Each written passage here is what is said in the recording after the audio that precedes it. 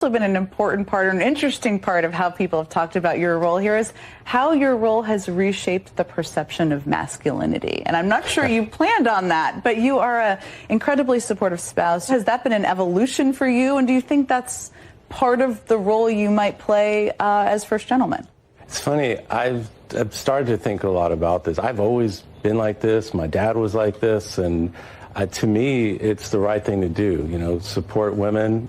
It's mutual, like with Kamala and I, we support each other, we have each other's back. And I've said many times when we lift up women, we support women, whether it's pay equity, child care, family leave, and all these issues that, this post-Dobbs hellscape, women should not be less than. Women should not have less rights and be treated differently. That's not the American way. If some woman succeeds, some dude out there is suffering, it's not a one-to-one relationship. When we lift up women, we lift up families, we lift up the economy. And when I was in the business world, it lifted up the organizations that I was in. It certainly lifted up the White House when you were there, with you there and Kamala as vice president.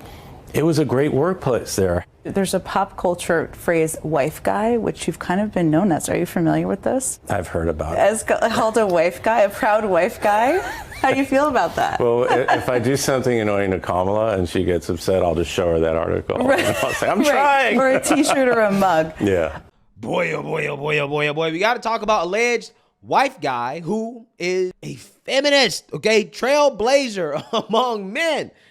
Kamala Harris's husband, Doug Emhoff, who last time we heard from this guy, Jen Psaki was kissing his ass in an interview on MSNBC, right? Pretending as if this dude is some type of role model for men, right? For men to look up to, right? He's the good guy, right? He represents the opposite of toxic masculinity. He represents the type of man that every woman wants, right? Maybe if you're a liberal woman, that is. Particularly at a time, I think, on this campaign where we've got kind of two different views of masculinity. I mean, I think as women, perhaps, and I'm sure you've noticed that too, Gene, there's this kind of alpha retro view of masculinity that we're seeing from the Trump campaign. And then you've got Tim Walz and Doug Emhoff, who are both professional men, but are in sort of supportive roles of a woman who's the principal candidate. And how they are, and he said something very interesting. He said, look, you can't scold people. You can't tell them you should be more supportive of women and women candidates, and that's going to help everybody.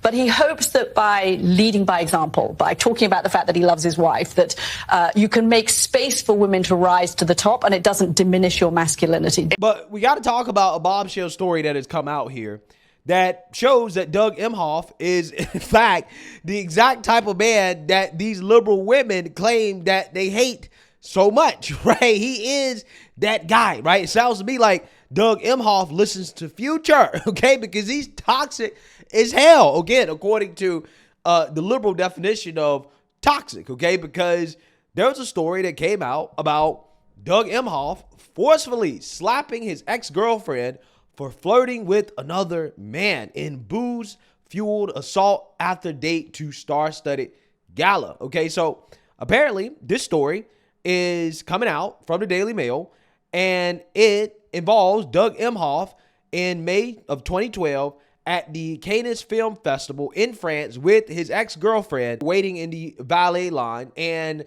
the girlfriend of Doug Emhoff ended up touching one of the valet boys, I guess, as they were trying to skip the line, right? This is how the story goes.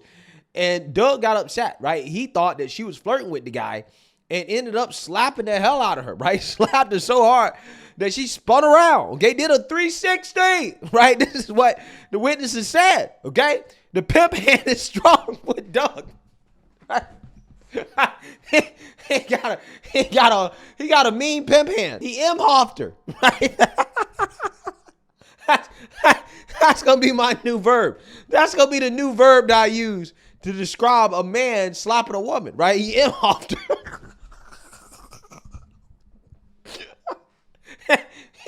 he gave her the Emhoff special. That's what he did. Okay, that's exactly what he did. Allegedly, okay. And, she got mad and upset and decided to leave, and he left with her, and, she told her friends about the story and whatnot. And now this story is resurfacing ahead of the election, okay? And it's crazy because this story is coming out after another bombshell story came out about Doug Emhoff clapping the cheeks of his nanny and allegedly getting her pregnant while he was married in 2008 to his first wife, whom he had 2 kids with at the time. Take a look. CNN exclusively obtained a statement from Doug Emhoff about that affair. Of course, this was after alleged details of that relationship were published by a British tabloid. And in his statement, he says, quote, "During my first marriage, Kirsten and I went through some tough times on account of my actions. I took responsibility, and in the years since, we worked through things as a family and have come out stronger on the other side." Now, that British tabloid, the Daily Mail, had reported that Emhoff had a relationship with his then young daughter's teacher, which resulted in the end of his first marriage. Now, 4 years ago, sources tell us this came up in the vetting process for President Biden. He was searching for his running mate and considering Vice President Kamala Harris. We're also told that this relationship ended years before he started dating his now wife, the Vice President Kamala Harris, and that he was also told her about it before they got married. Yeah, so you seen that, you heard that, okay? To me, it sounds like Doug Emhoff is a real, okay? Doug a real one, okay? Pimp hand strong. He out here clapping cheeks of the nanny, okay? Cheating on his wife. Wow. Okay. It's a real man, according to Jen Psaki. Now, you would think these same liberal women who was singing this guy's praises would come out and to, I don't know, comment on what is a story about domestic abuse, right? I mean, this guy is putting his hands on a woman, and this is something that allegedly the feminists are supposed to be so passionate about, right? Because we all know that if the shoe was on the other foot here, if this was the spouse of some Republican, we all know what the liberal media would be saying. They would be covering this 24/7, but instead there's complete and total silence. Okay. Like, for example, the cackling hens on The View, not only are they completely ignoring the story, but they are talking about the spouse of the Republican nominee right now, Melania Trump, who they seem to be obsessed with her. I think she hates him. Yeah, well, yeah. Okay, so we can all That's a agree on given. that. That's a given. I also think that she wants to take him out. She does not want to be the first lady anymore. They agree with She you. doesn't want to be the first lady. She destroyed the Rose Garden.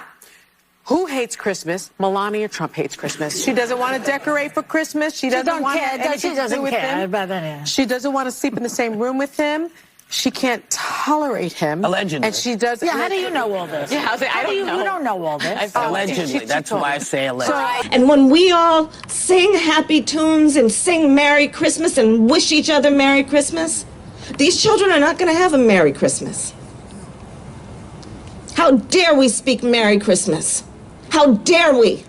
Yeah, so they're silent about this. They ain't got nothing to say about Doug allegedly Emhoffing his ex-girlfriend.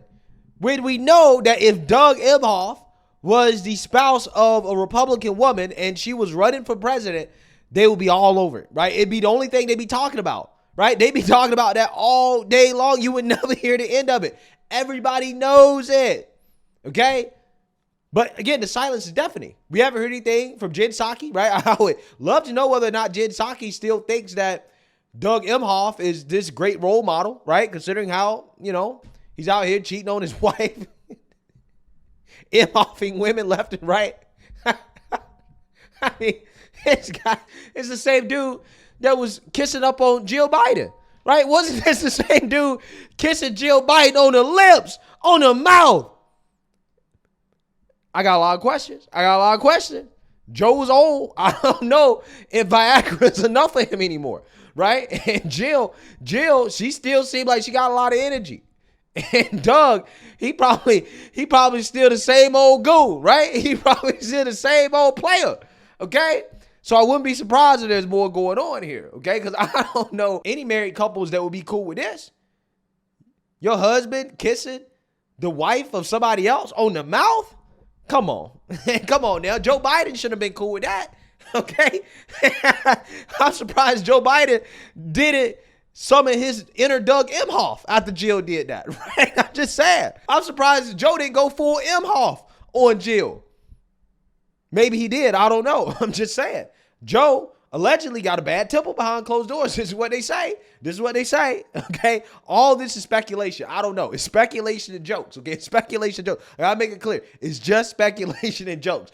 So with that being said, we got to talk about Chris Cuomo, who is not silent on this issue, unlike the rest of the mainstream liberal media. And this guy is definitely not conservative or Republican, but he is not only speaking out about this, but he is calling out the rest of the mainstream liberal media for refusing to cover this issue. And he is talking about this with Bill O'Reilly and Stephen A. Smith. So without further ado, let's get into it. All right. Now, this story that I want to talk about with Bill O'Reilly and Stephen A. Smith, I'm doing for one reason. If the name were Trump instead of Emhoff in this story, it would be all over the news. Facts. And that's the only reason I'm talking about this, right? In all seriousness, okay? Despite all the jokes, okay? The only reason I'm talking about this is because of the hypocrisy. I personally don't give a damn, right? I don't care if Doug Emhoff slapped his girlfriend. It ain't none of my business, right? I really don't care, okay? I don't care about the personal relationships of any of these politicians. I don't really care, okay? I'm just in it for the jokes and to point out the hypocrisy. That's it, okay? That's it. Right now. And yeah, Trump's running for president and Emhoff is married to the woman who's running for president. But still, Daily Mail, echoed by the New York Post, has a story.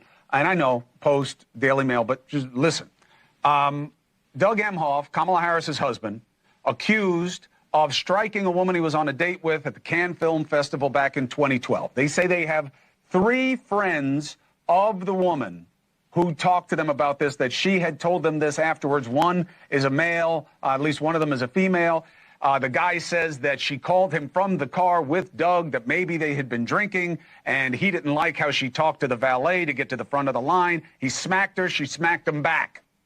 That's basically the story. I have the reporter from the Daily Mail who broke it, Josh Boswell. Josh, thank you for joining me, Bill O'Reilly, and Stephen A. Smith. Now, Josh, what did you believe the right standard was here? How credible do you believe this story is?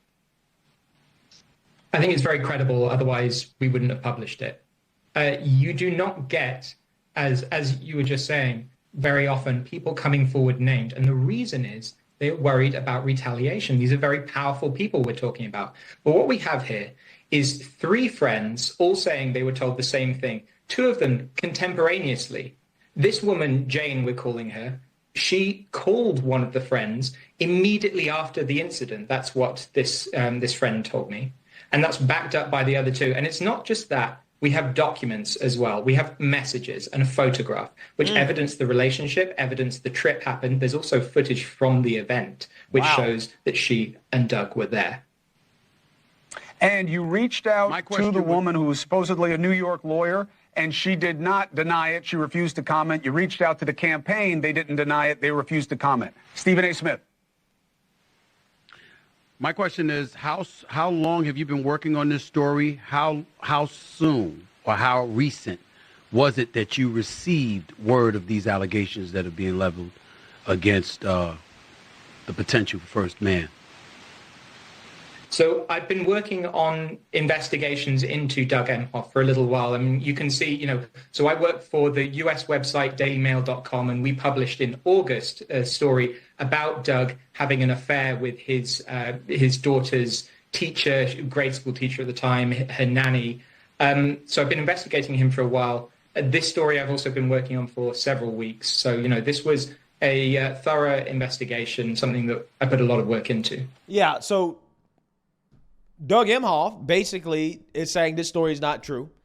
And I guess the media is trying to excuse themselves not covering this story by saying, well, it's coming from the Daily Mail. Okay.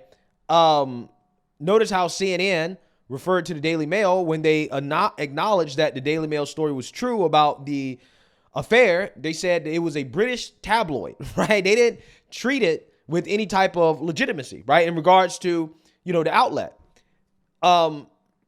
So in my opinion, the Daily Mail was right about that. Likely they're right about this.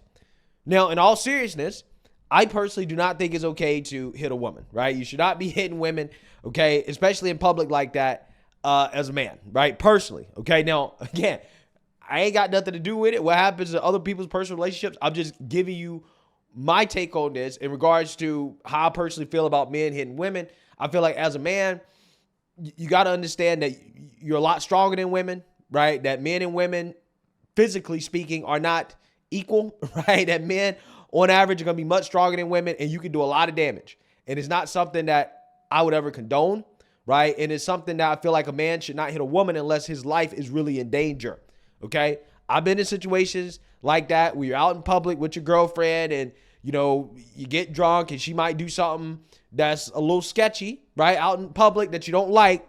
Now, I know how you feel at the time, right? You're angry, right? Because I've been there, right? You're angry. You want to do something about it, but you can't, right? You cannot pull out the pimp hand and strike her like that. You can't do it, right? You have to handle it in a different way, okay?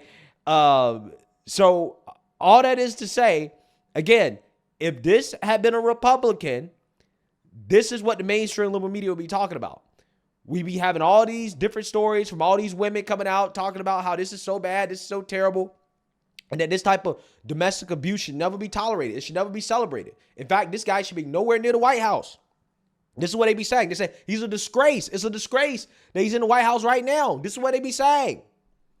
But when it comes to Doug Emhoff, though, again, Mr. Modern masculine man, white guy, okay, they ain't got nothing to say about it, right? They're completely silent.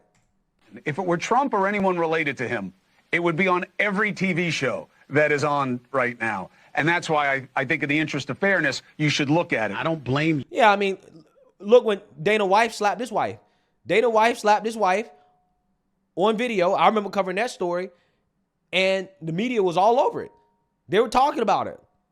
But when it comes to this, again, they're silent. They ain't got nothing to say.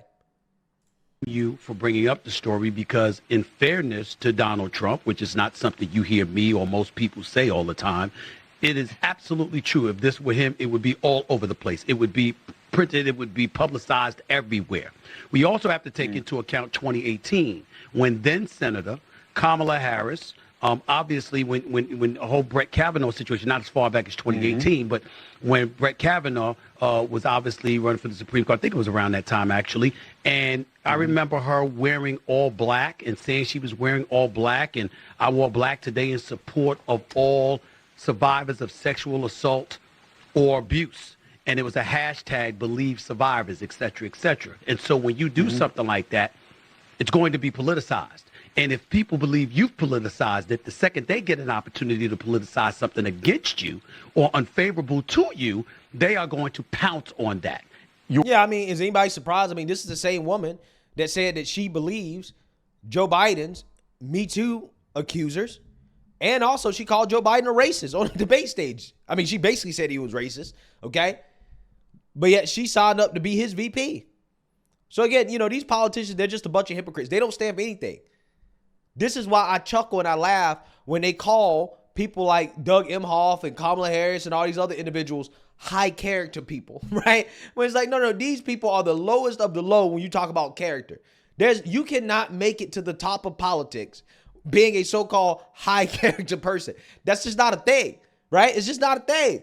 All of these individuals have skeletons in their closet. Doesn't matter how good they appear. Doesn't matter how clean they appear. They all have skeletons in their closet. Otherwise, they wouldn't have made it as far as they made it, right? That's just the reality of politics. That's the reality of the world.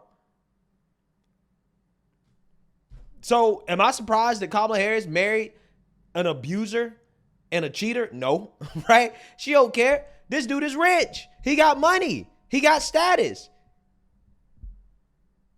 He's just another stepping stone to help her get to the top.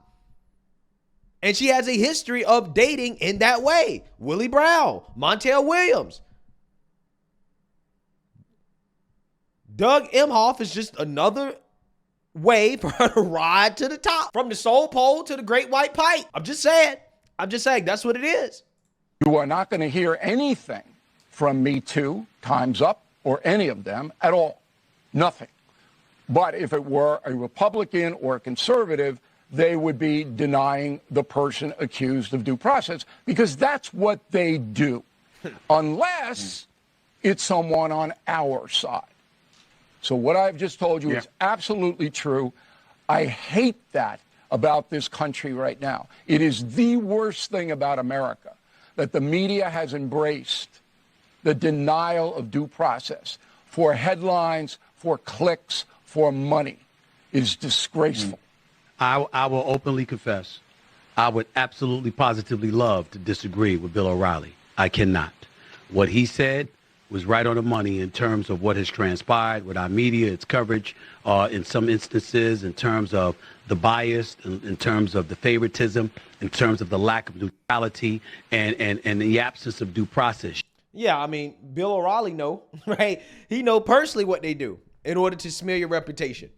No, you don't get due process. You don't get the benefit of the doubt. No. If you're conservative, you're Republican, a story like this comes out, it's over for you, right? It's done.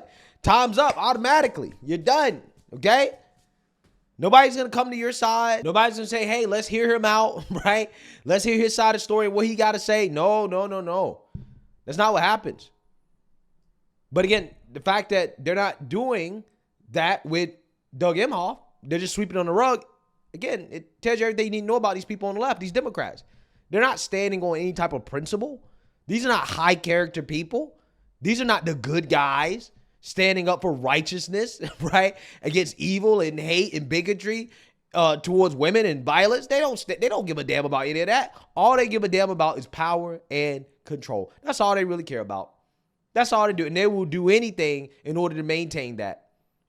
And stories like this is a prime example of what we're talking about. So let me know what you guys think. Make sure you like, comment, and subscribe. Most importantly, share a Black conservative perspective. Peace.